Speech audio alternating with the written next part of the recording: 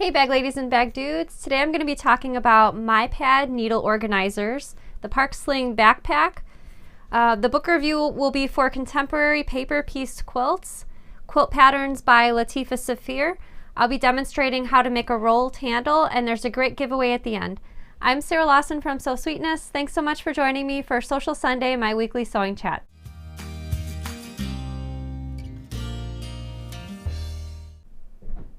Hey everybody, happy Sunday. Thank you so much for joining me for Social Sunday. I saw a lot of chit chat going through before we got started over on Facebook and YouTube. I see Kim's watching from Australia. Sonia's here tonight. I saw Julie in the comments over on YouTube. Julie just quit smoking today, so congratulations and good luck to you, Julie. I know you can do it, and whenever you feel the urge to pick up a cigarette, maybe just jump in and join us in the Facebook group and let's talk about sewing instead. I saw Jill was feeling under the weather. She had the flu, so I hope you feel better very soon, Jill. I have a couple things to mention before we get on to the notion of the week. So Christmas is only 2 weeks away. I hope you have a good start on your holiday shopping. I had an idea to have sort of a little ugly Christmas sweater party on the live show, not next Sunday, the Sunday after that.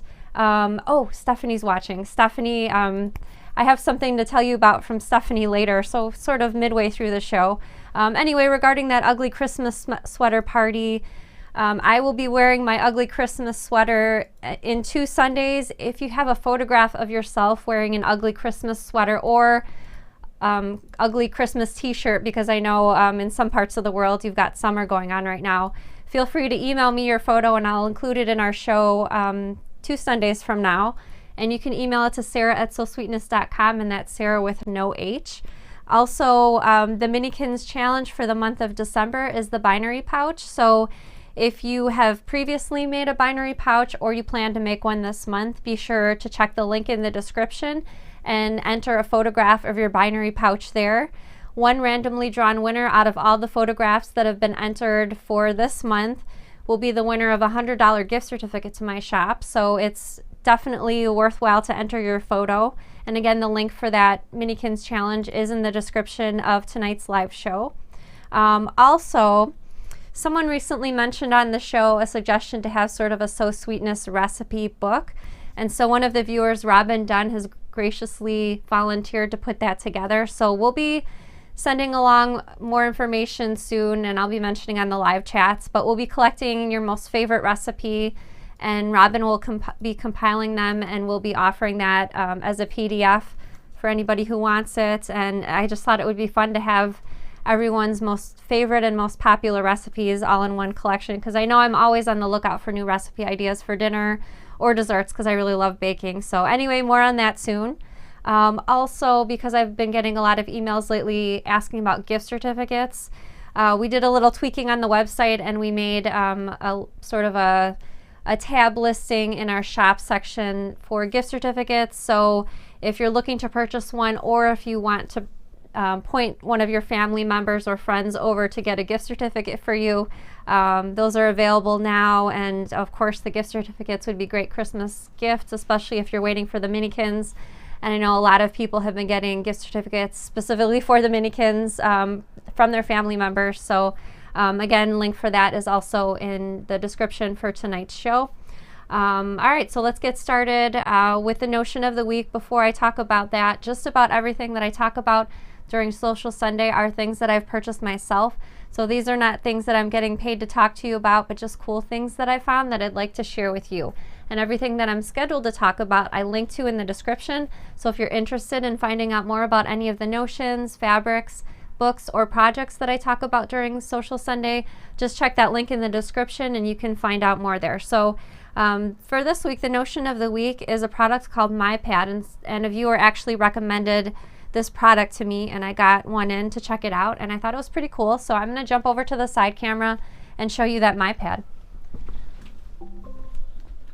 Okay, so this is what it looks like. This is the packaging that it comes in, and it's just a wool or felt pad, and it's about a 1/2 inch in thickness.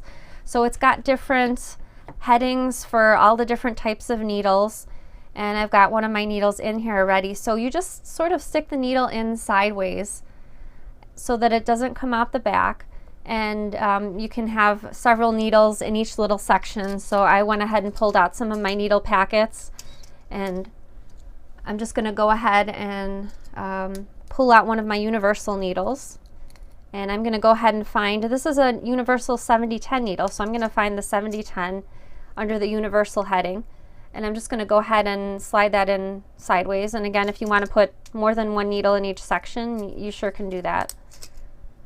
And I just thought this was really cool because number one, they're all marked. All the needles are marked. It's very handy to keep them in one place, so as opposed to keeping all these little packets all over the sewing room, you just keep this pad with all the needles in there. You can keep it on a bookshelf or next to your sewing machine somewhere handy in a drawer. And I just thought it was a really cool product. So again, here's all the different headings for the different type of needles, and you just slide the needle in sideways so that it doesn't poke out the back, and you're all good to go. So again, this is called My Pad. The link is in the description in case you're interested in finding out more or you would like to pick it up. And it's just a cool organizer for all of your sewing machine needles. Okay, so I hope you liked that. There's a reason why the notion of the week is always my favorite. There's always cool gadgets, different rulers, and things that help make being in the sewing room more pleasurable and help keep you more organized. So I have a question for you. Let me know in the comments. How do you store your needles? Do you keep them in the little packets that they come in from the store like I just had over there? Maybe you have a little needle sleeve that you've made yourself out of wool. Let me know in the comments how you normally store your needles. It's really important. We talked a couple months back about different needles that I use when bag making. It's definitely super important to use the proper needle for the proper project and depending on the fabric that you're using. So yeah, let me know how you store yours. So I'll definitely be using that My Pad to store mine going forward because I think it's really cool. I was talking last Sunday about the sling backpack that I was working on. The sling backpack has a single strap, and I actually finished sewing it this week. I finished working on the pattern instructions, and at the end of the day, I decided to draft this backpack in 2 different sizes. So I've got my small version over here to show you. There's also a large version that can hold folders, notebooks, a small laptop, so like a traditionally sized backpack. But that pattern will be coming out at the end of January along with a video. We'll be introducing 4 brand new videos at the end of January, and this will be one of them. So I'm super excited. And this is my finished Park Sling backpack. So it's sort of a slimlined backpack. It's got 2 zippers in the front. So the first zipper opens up to, I guess, a pocket. So it's got a zipper pocket on the inside, a slip pocket for a cell phone, and then the main compartment is in this second zipper over here. So it's got all the storage space on the inside, another zipper pocket, and it's sort of a convertible strap in the back. So it's an adjustable strap, and there's a D-ring on either side. So depending on if you're left-handed or right-handed or which shoulder you prefer to have this on, there's a swivel clip that unattaches and you can move it to the other D-ring if you like.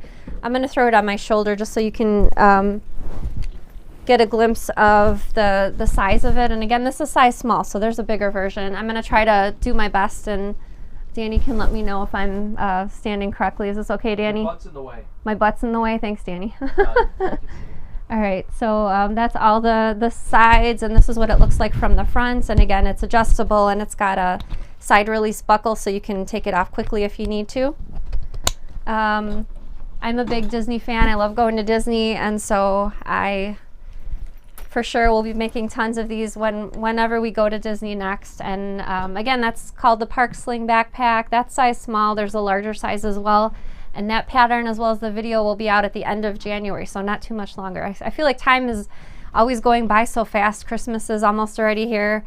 Definitely excited about Christmas. So new fabric that I've added to my stash this week. I know I recently showed a batik, maybe even last Sunday. I have another fabric line of batiks that I got in. So let me show you those over in the side camera. So I purchased these from Modern Quilter, and they have different sizes of bundles. I got the fat quarter bundle, but links in the description if you like these fabrics or want to see more. It's a line of batiks, as you can see, rainbow colors. I'm a huge fan of rainbows. Let me flip through these fabrics so that you can see what they look like. So Me and You is a fabric division of Hoffman Fabrics. So it's their more, I guess, modern fabric line. So some of these fabrics have words. This is Me and You. Obviously, that's the wrong side of the fabric because it's backwards. And some of these also have metallics. So these are actually metallic scissors. I'm sure that doesn't translate well on camera, but they are a silver metallic, which is pretty cool. And here's another with the scissors on it. This one's also a metallic with the phases of the moon. And then this is one of my favorites. It's sort of like a ruler from the sewing room. So I like batiks for the rainbow assortment. I like using them in quilts. I have used them in bags once or twice. The batik fabric is a little bit thinner, so I found that I prefer when using this fabric for a bag, I usually interface it with Pellon Shape Flex first if I'm using it for the exterior of a bag, and then I'll use the interfacing as called for in the pattern. So if the pattern calls for foam interfacing, I'll attach the batik to Pellon Shape Flex first just to give it some extra reinforcement because it's a little bit thinner, and then I'll attach it to the foam. So this has actually metallic gold on it. And then these are also gold scissors, metallic gold. Yeah, I just love the rainbow assortment. I think the colors that were chosen for this fabric line are really pretty. And this is one of my favorites too, this purple one. That's beautiful.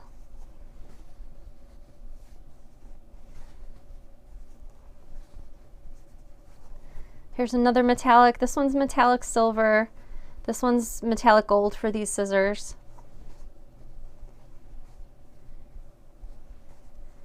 All right, and that's the entire fabric line. So again, this is Me and You Fabrics. Link is in the description in case you're interested in finding out more about those fabrics. All right, so Danny's favorite part of the Sunday show. Let us know in the comments right now, either on Facebook or YouTube. Go ahead and type in Bag Lady or Bag Dude in the comments. We really love the bag making community. I'll tell you more about that in a second, but we really appreciate you letting us know in the comments. I feel like it increases the support and the nature of the community, so thank you so much for doing that. I wanted to give a shout out to Mary Cunningham from Orlando, Florida. Mary's daughter emailed me a few days ago. Her daughter's name is Chelsea, and Chelsea asked if I would say hi to her mom on the show. So hi, Mary. Hope you're watching, either if you're watching live or a recording later in the week. I hope you're working on some fun projects this week. And I also got a letter from Stephanie Peterson, and I thought it was great, and I also had a few things to add on to Stephanie's letter. So I'm going to read Stephanie's letter first. She said, "Dear Sarah, I wanted to drop you a line to thank you for everything you've done for the sewing and bag making community. The way you've ramped things up this year with your videos, Social Sunday, Ask Sarah on Tuesdays, the state groups that have formed, etc. is just amazing. I'm amazed at the community you've established. There are so many people in the group, and everyone is so gracious, kind, and thoughtful to each other.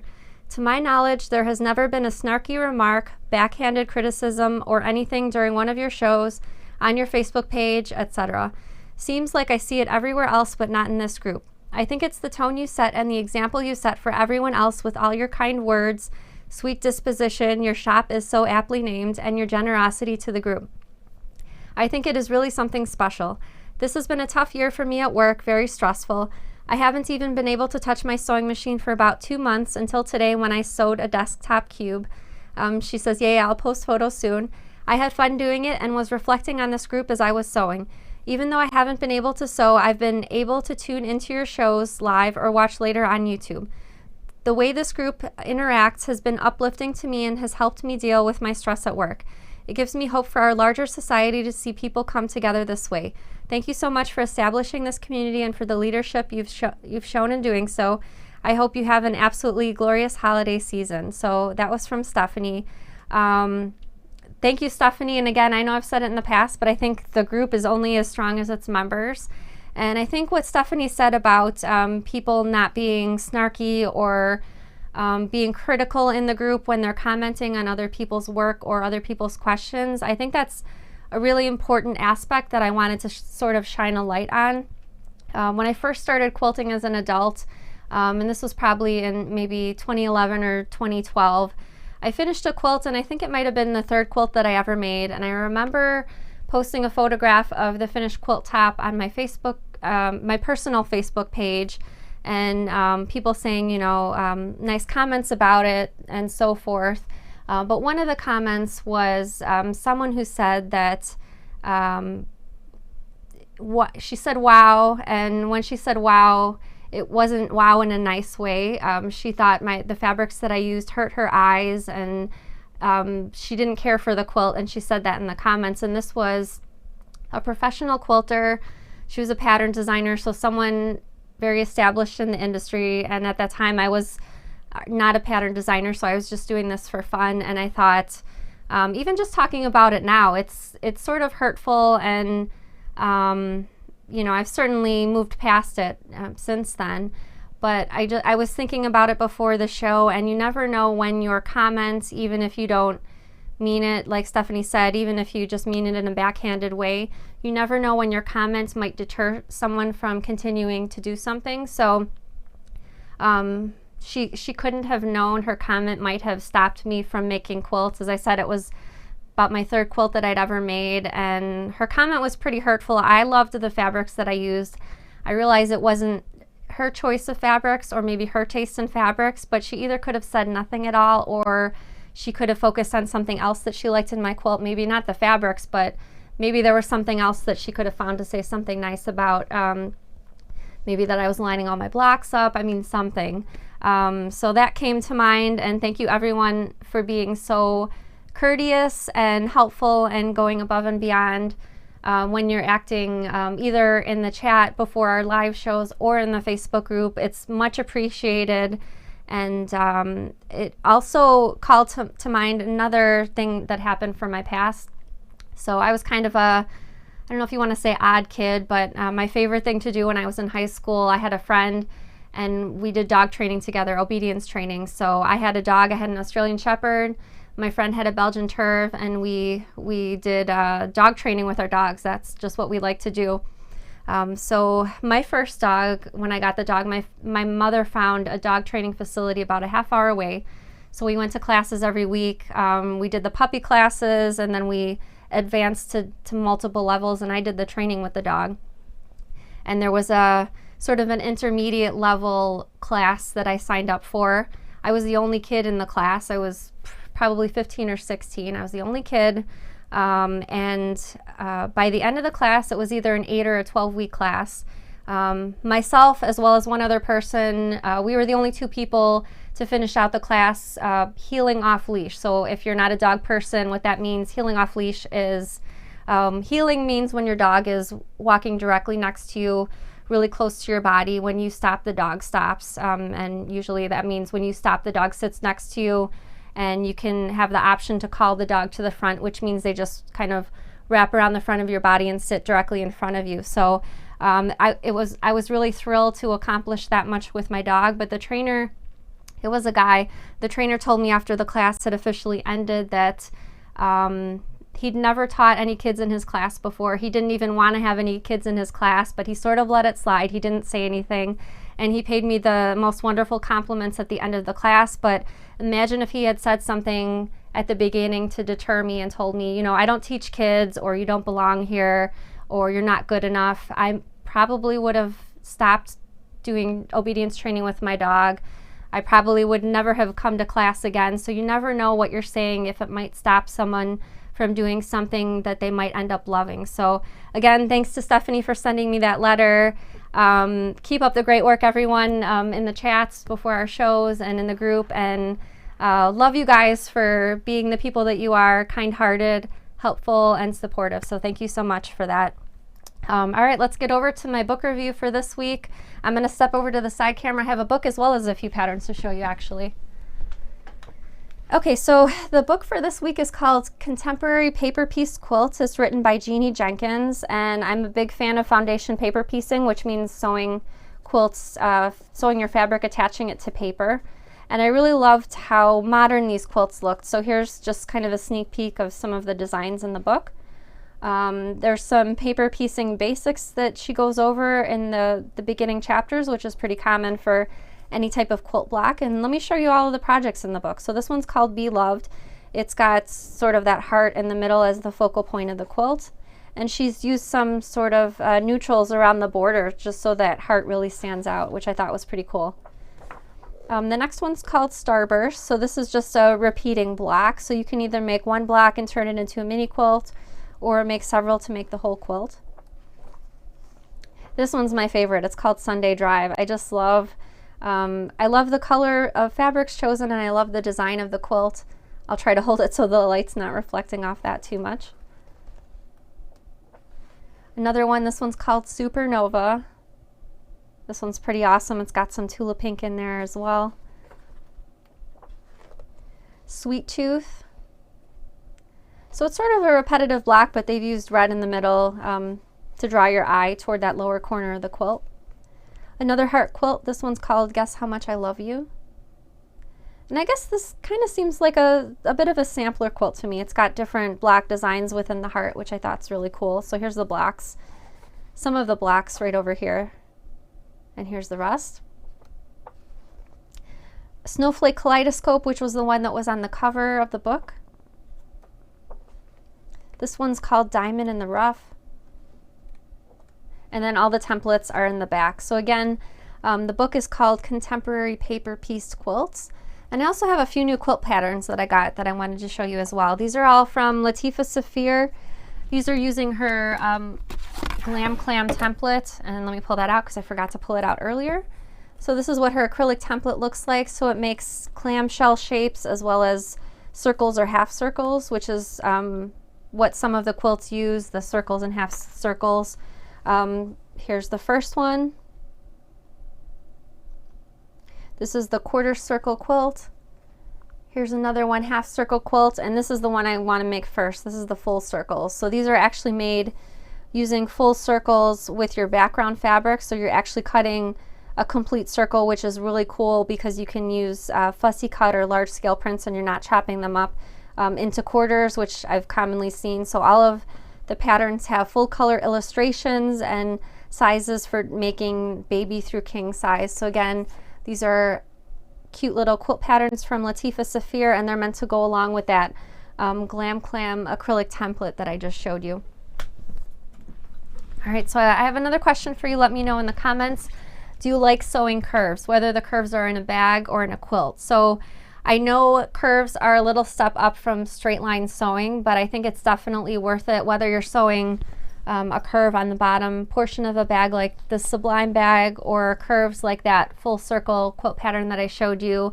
Definitely gives a unique look. I love stepping up my skills and learning different techniques, which that full circle definitely is.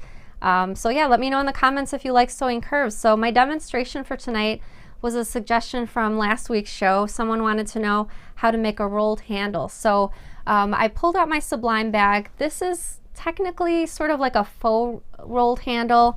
It has the look of a rolled handle, but without any cotton cording in the middle. So what I'm going to show you tonight is how to make an actual rolled handle with actual cording in the handle. So I'm going to step over to the side camera and show you how to make it. Okay, so first let me show you the two examples that I prepared before the show. So I made two rolled handles using different widths of cotton cording. So this first one was made using this cotton cording. It's 9/32 of an inch, and depending on what country you live in, different brands or different widths might be available. But this is the cotton cording that I used for this particular rolled handle. And then I also made one that was slightly thicker. So this one was made using 3/8 of an inch cotton cording, and let me show you the packaging for that. This was Wright's 3/8 of an inch polyester filler cord. So this one's a little bit different. As you can see, it's got little strands wrapped around the cotton cording, and this one was sort of more of a braided look. So any type or width will be fine. I've sort of drafted my templates so that it'll work with different thicknesses because I know different countries have access to different products. In the link in the description, I've drafted pattern pieces for actually two different styles of rolled handles. So the one that I just showed you is sort of a squared handle. Let me show you that again. So that's the squared handle. And then I also drafted a second template for a rolled handle. So depending on which style you like better, you'll just need to print out one page of the templates and then cut them out. So you'll be cutting them out along the outside of the black line. And again, you'll choose one or the other, so either squared or rolled. Okay, so I went ahead and cut out my pattern piece before the show, so I'm going to use the rolled handle for this demonstration. So you'll use fabric that can be cut and left raw, so either cork fabric, leather, faux leather, vinyl, wool, anything that can be cut and left raw. You want to cut out 2 pieces for one bag. You'll also need to cut out 2 squares that are 3.5 inches by 3.5 inches, and that's listed on your template sheet as well. And you'll also need 2 pieces of the cotton cording, so whichever size you decide to go with. I definitely recommend using some Scotch tape and placing it on the ends, either before or right after you cut them, to keep the ends from unraveling, which is pretty common. And let me show you how to start putting everything together. So I'm going to start marking on the wrong side of my fabric. I'm going to take my ruler and my fabric pen, and I'm going to measure 1.5 inches up from this bottom edge and just draw a line. And these lines will just help with placing of the cotton cording so that you make sure you have it right in the center. And you don't have to draw the line all the way to the end. Just within that sort of dip over there will be fine. So I'm also going to draw a second line that's 1.5 inches down from the top edge. So it'll create sort of like a gap for you to lay down that cotton cording. So I'm going to use some fabric glue. I'm using Beacon 3-in-1. Other brands are fine. Beacon also makes another glue called Fabric Tack, which I like a lot too. I like the Beacon brand glues because they tend not to be as runny as some other fabric glues that I've tried, which is really nice for bag making, especially when you're using some metal hardware like twist locks, so it's not dripping all over the place. So I'm just going to lay my glue right down that middle line. And then I'm going to place the cotton cording right on top of the glue, and you want to make sure that you're laying it down so that it's straight. Okay, so now I'm going to take these 2 squares and I'm going to place them wrong sides together with this end of the tab. The reason we're using these squares is so the wrong side of the tab is finished with the same fabric that the right side is finished with. Okay, so I'm going to place some of the fabric glue on each of the tab ends as well.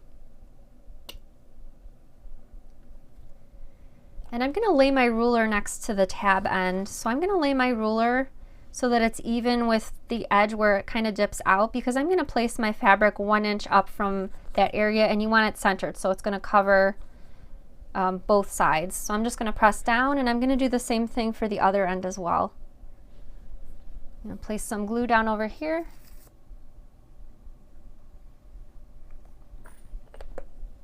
And then I'm going to place my other square again. It's going to be 1 inch up from this edge where that cutout is, so to speak.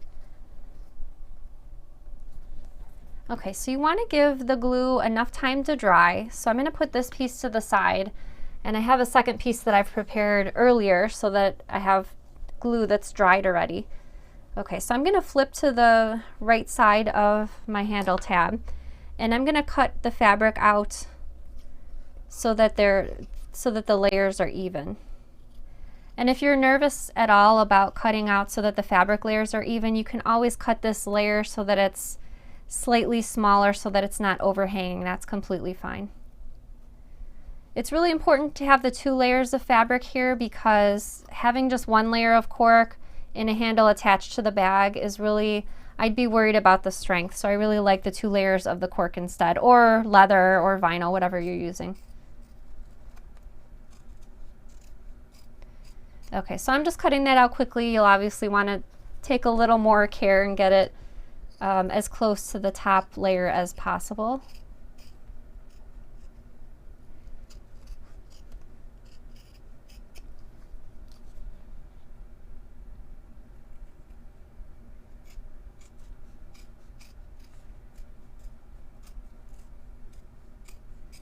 Okay, so I'm also going to flip to the back, the wrong side. And we don't need this extra fabric over here past where sort of the cutout is, so I'm just sort of going to angle it and cut off the ends like this. We basically just need this extra layer to be covering some of the cotton cording, so when you attach it to your tab to the bag, you don't see cotton cording showing on the wrong side of your handle. Okay, so at this point you can either just use straight up Wonder clips. I decided to use some Dritz Wash Away Wonder Tape here, and I'm going to place some like basically down the center of this half. And Dritz Wash Away Wonder Tape is just a double-sided tape.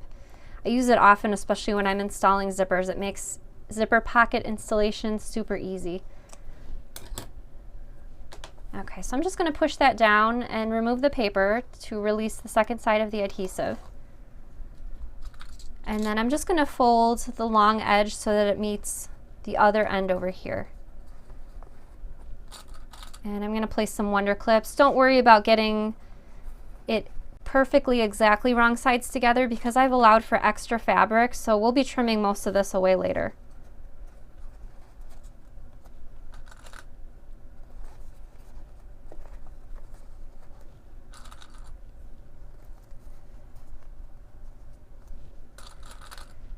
Okay, so I'm going to take my ruler out one more time, and if you have a little bit of overhang over here, you can just go ahead and trim that away before we start taking this over to the sewing machine. This is a very forgiving rolled handle and easy to get your edges aligned if you need to do a little tweaking over there. So I'm going to take my fingers and just kind of push them to seal that tape in and push that cotton cording in toward that center crease. And I'm going to take my ruler and I'm going to measure an inch away from this area where the cutout is. And you can just go ahead and draw that on your fabric right there. I'm going to do the same thing on the opposite side. Again, that's going to be 1 inch away from this cutout area. So we're only going to be sewing from one marking to the other. We're not sewing all the way to the end. Okay, so I went ahead and sewed one before the show so that I could quickly show you what it looks like. I think you can see my stitches pretty well on camera.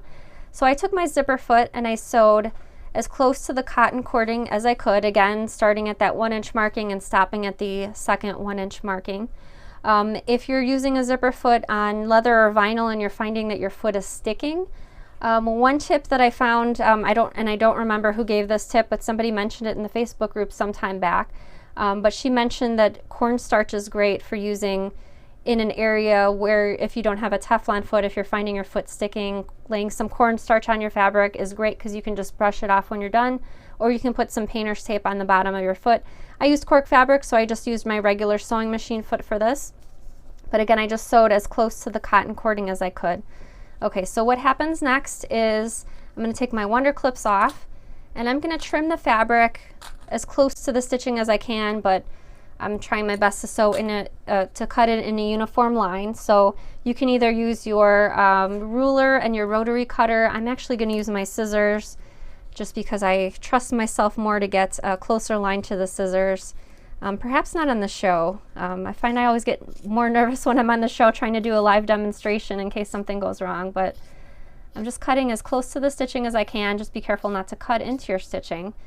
And if you like the ends of your cork or leather or whatever to match your fabric, you can use, there's several products out there. One's called Edge Coat, but you can paint that on there just so that matches your fabric, and if it doesn't bother, you can just leave it as is. So I'm going to go ahead and clean up the ends. I'm just going to go ahead and curve that fabric so that it forms a continuous line. As you can see, there's kind of like a little bump over there. Just go ahead and snip that off and check the other end as well.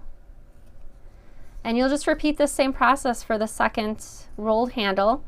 You can either attach this to the front and back of your bag by hand or by machine. My machine will sew through this just fine. I would recommend sewing 1/8 of an inch away from the edge of the fabric and then coming over in a straight line if you prefer, or if you just like to sew the sides, you can as well. And that's the rolled handle. This is what the rounded handle looks like, and again, here's my squared off handle. So as you can see, pretty easy. No crazy supplies needed to make that rolled handle, and it was fast and easy. And then you just go ahead and attach it to your bag before you start sewing everything together. Obviously for the Sublime bag, it's got some accents, so I attached my accents first, and then my handle followed that. So I'd like to invite you now, if you enjoy our live shows, if If you enjoy my tutorial videos or my bag making videos, if you're watching on Facebook, if you could go ahead and hit the share button right now, share this sewing video with your other sewing friends on Facebook. If you're watching on YouTube, if you're not already subscribed, if you'd like to subscribe, you can hit the subscribe button now. Regardless, either if you're watching on YouTube, if you could at least give us a like, which is a thumbs up, the little thumbs up picture, if you could click on that, the likes and shares help us out so much. And we really appreciate you doing that. So thanks so much. The winner of last week's giveaway, gosh, I forgot to write it down. I'm so sorry about that. I'm going to have to go back in and make the announcement of last week's winner after the show. I knew I was going to forget to write that down. But I'm going to answer some questions now, and we'll get over to this week's giveaway. Again, I apologize about not writing down last week's winner.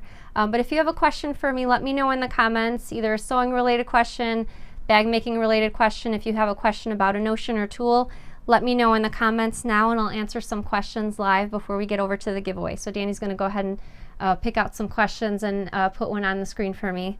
They want to know what color that cork fabric was to start. Oh, okay. Danny said there were some questions about what color this cork fabric is. This is actually the grass green fabric that we have listed in the shop. It's a really pretty color, and it actually kind of matches this Park Sling backpack. It's almost just about the same color. Do you adjust the stitch length as well? Was another one. Another question was, let me check my stitch length. It depends on your machine. I actually found that I left my stitch length to my usual stitch length since it was just the 2 layers of cork. My usual stitch length on my machine is 2.5 millimeters. I was just glancing down to my sewing machine sitting on the floor. I did have it set at the 2.5 millimeters, but you can lengthen the stitch length. I always recommend doing a test. So if you're working with a different material than your usual, my usual is quilting cotton. So if I change materials, I always test my stitch length and stitch quality on a little scrap of fabric beforehand, just to make sure that everything's looking nicely before I get over to your regular fabric. So you can definitely do that with the cork or leather or whatever you're using.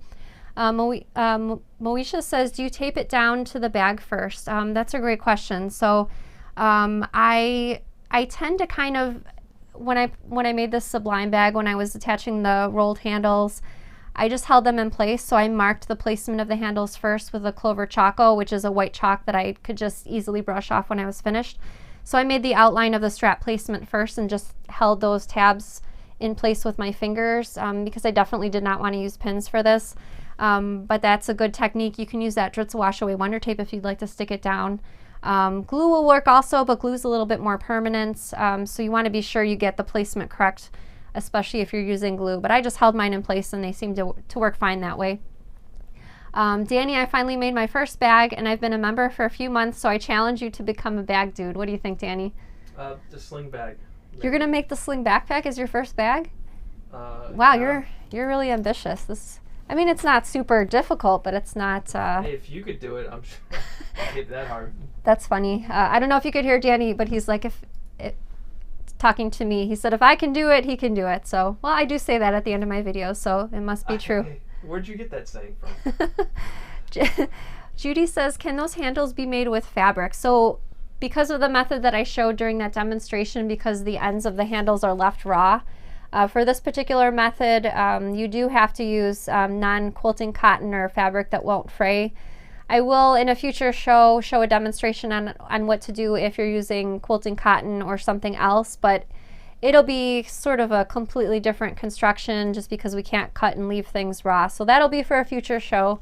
But for this demonstration, just please use cork, leather, vinyl, wool, something that can be left raw. Pamela said, would cornstarch get in my bobbin case? I don't know. That's a good question. Since the cornstarch will be on the top layer of fabric, I'm assuming... I haven't personally used it. I just saw a few ladies in the Facebook group recommended it and it sounded really good to me. I have a side loading bobbin, so I'm assuming I can just easily brush that out. I use a pipe cleaner to clean out my bobbin casing area, so I'm assuming that would pick up any stray cornstarch as well. But feel free to pipe in if you've used it before, if you've had any trouble with any remnants of the cornstarch in your sewing machine. Audrey says, is there an easy and cheaper way to attach double capped rivets without one of those manual bench presses? So they actually do make handheld presses, which are quite a bit cheaper. I don't remember the price, maybe $30 or so. So definitely a lot cheaper than the tabletop press. However, my right hand is not the strongest, so I had a really hard time making holes and installing my rivets with the handheld press, which is why I use the tabletop press, but the handheld press is another option for keeping costs down. Glum says, congratulations to last week's mystery winner. I'm so sorry, I don't usually forget something like that, but I was so focused on tonight's demonstration because I made countless rolled handles just to make sure I had it right, and I was practicing, and William came in to ask me something before the show, and I said, William, I can't help you with that now because I have this demonstration and I want to make sure I don't mess it up live on the show, so sorry about that. I'll for sure, as soon as the show's over, I'll add the winner's name to the post. Kim said, I had an issue when I was sewing up the opening for the I Spy pouch. Should that be done before turning the final time? So you should turn your fabrics right side out first. And then you can go back and either slip stitch the opening by hand, or you can top stitch it using 1/8 of an inch seam allowance. But you definitely want to make sure you turn it and poke out your corners first before you close the opening, because sometimes it's harder, especially poking the corners out if you've already closed that opening up. Lisa says, do you ever need to adjust your presser foot tension when sewing different items? Yes, for sure. I don't adjust mine as often, but definitely for different thicknesses or different types of fabric, you want to adjust it. I've especially found that to be true when using cork. You don't want the presser foot tension to be too tight, because sometimes then the feed dogs will sort of tear little tread marks in your fabric. So you definitely want to adjust that if you need to. And again, that's why I suggest practicing with different fabrics if you're using something different than your norm, and my norm is quilting cotton. So testing things like that presser foot setting and your tension and stitch length, that's a great idea on a little scrap before you start with your actual fabric. Barbara says, have you used cork on the large essential oils case? I have not, but I've had a few people asking about using it for the case, and the questions that I had in regards to that essential oils case, and let me see if I can grab it from back here. This was the case that she was talking about, but using it in cork fabric. So the question was, at least from the emails that I had gotten about this project, if you're using cork, if you should still use the foam interfacing. I like the foam even with cork just because it gives a bit of extra structure, but it's not necessarily needed. You could for sure make this with cork on your exterior and leave off the foam interfacing. You might want to keep it on the lid and the bottom, but it's definitely an option to leave it off from the sides of the pouch. Stephanie says, can you talk a little more about that edge coat product you mentioned? I've never heard of it. So it's actually spelled edge coat with a K, K-O-T-E. You can find it at Tandy Leather. I've seen it on Amazon also. And it's just, it's available in different finishes. I have the clear. I'll have to try to find it so I can show you on a show in future. But it comes in clear as well as different colors. I would say probably black is a very common color. And you just paint it on the raw edges of either the leather or the cork. So the raw, you could probably see on camera right here. This is the color of the backing of the cork. And you would just paint it on this edge. If you have a store-bought bag, especially from Target, I look at bags a lot when I'm out and about, and a lot of the bags that I see at Target have black edge, well, not edge coat, but black coating on the edges to finish it. And it just sort of seals it in, and if you're trying to give it a specific color like green or black or what have you, it just colors that area so there's no raw. The raw doesn't bother me for cork since it's not fraying, but if this does bother you to have a different color, you can change the color of that also. Tracy says, will you be having Ask Sarah on Christmas and New Year days since they fall on a Tuesday?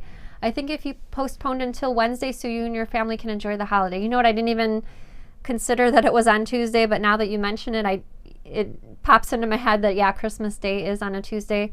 I don't know, I'll have to talk to Danny about that. No shows. Done. We tend not to like to skip shows because not everyone celebrates all day long. Like for instance, we had our show still on Easter. We've done other holidays in the past. I do enjoy having the show and not missing it, but we'll let you know. We'll put our heads together tonight after the show and we'll let you know. Sandy says, I have also used tubing for handles from Ace Hardware or Home Depot. Oh, that's a great idea. It's probably really cheap too. Sandy's recommending tubing from the hardware store. Great idea, Sandy. Thank you. Jill says, is the sling bag one of the 4 new bag sets coming out? Yes, so the sling backpack will be part of the next 4-pack video bundle coming out at the end of January. I'm trying to work in 2 new patterns in that pack, so the sling backpack and another pattern that I'm working on, or about to start working on. We're hoping to also put the Aragon bag in that 4-pack, and hopefully the Reasoned bag, which is a travel size bag available in 3 different sizes. So that's what I'm thinking. I'm not finalizing that decision, but I'm feeling strongly about it. Becky says, hi Sarah, what millimeter of clear vinyl do you use for the I Spy pouch? So I recommend at least 8 gauge vinyl for the I Spy pouch. Let me see if I have one that I can grab easily. No, I'm gonna rip my mic out. I recommend at least 8 gauge. In some of the Minikin Season 2 projects, I use 12 gauge, which is the larger the number, the thicker the vinyl, just because I liked the extra durability. But I feel like just about every sewing machine should be able to handle at least the 8 gauge, which is why I recommended it for a start for the I Spy pouch. Lindsay says, what weight thread for the handles? So I used, for when I stitched my handle tabs down on the Sublime bag, I used a 40 weight thread. In the past, I'm sure I've used a 50 weight thread as well. But that's just cotton thread, and polyester thread would also be fine. Roxanne says, can a Juki pressure foot be adjusted to lift higher? Even using the knee lift, it barely moves. So I feel like the foot on the Juki moves the highest with the knee lift on it. I've never sewn a project where I couldn't get it under my foot. I don't know. If you have any additional follow-up questions to that, you can feel free to email me anytime. Anita says, can you use Scotch tape on the bottom of your foot with the vinyl material? I'm not sure about the Scotch tape. I know I've used painter's tape in the past. The Scotch tape seems a little more slippery. I have not personally used it, so I have a hard time saying yes or no, but if anyone else has, certainly let us know in the comments. Jeff says, where can I order bag tags that say handmade by Jeff? I know you told us before, but I didn't listen good in school either, so I actually have a link for that. Let me write myself a note, and I can let you know on next Sunday's show for handmade bag tags. They do have just generic handmade tags that only say handmade available at emmelinebags.com, but I know Jeff's asking for like a custom tag, so I'll give you the link for that on next Sunday's show. Maybe I'll order some so I can get them in. I don't think they'll be here in time, but you never know. Jean says, I use tissue paper all the time with faux leather and it works like a charm. Yeah, tissue paper is another good one. And the tissue paper sort of just perforates, so when you're finished sewing with it, it just rips on either end of the stitches and you can tear it off. Medical paper also works. Medical paper is the paper when you go to the doctor's office that they have on the, Danny, what do you call it? Where you sit down, where the doctor has you lay down? Exam table? The exam table, thank you. That'll work also. Bobby says, can you use a permanent marker to color the edge? Yes, I've also heard people use permanent markers. I've heard of people using, I think, nail polish. I haven't used that myself just because I don't have a lot of nail polish, but I've heard of people using both of those for coloring the edge of the cut fabric. All right, Danny's cutting us off for questions. So if I didn't get to your question, I apologize. We'll be answering more questions on this Tuesday's episode of Ask Sarah. The giveaway for this week is actually 4 books that I've recently reviewed. I actually ordered extra copies so that I could use them for a giveaway. So the 4 books included in this giveaway are The Splendid Sampler 2, The Ultimate Quilt Block Collection, Walk, which is a book teaching you how to quilt with your walking foot, and the 4th book is called Modern Quilts Block by Block. So one randomly drawn winner will be drawn at the end of the day this Saturday and announced on next Sunday's show. All you have to do to enter the giveaway is let me know on either the Facebook or the YouTube live video in the comments. And if you're watching when we're not live, that's perfectly fine if you're watching during the week. The question is, what is your favorite cookie? So I've been thinking about baking cookies. My favorite cookie is gingerbread, also known as, my grandma's from Austria. We call it Lebkuchen, or Honeybuseln is what we call it. But basically it's gingerbread cookies. Let me know what your favorite cookie is in the comments. Thank you so much for watching Sewcial Sunday. I had a great time. I hope you did too. I'll see you again next Sunday. Have a great week and happy sewing. Bye, everybody.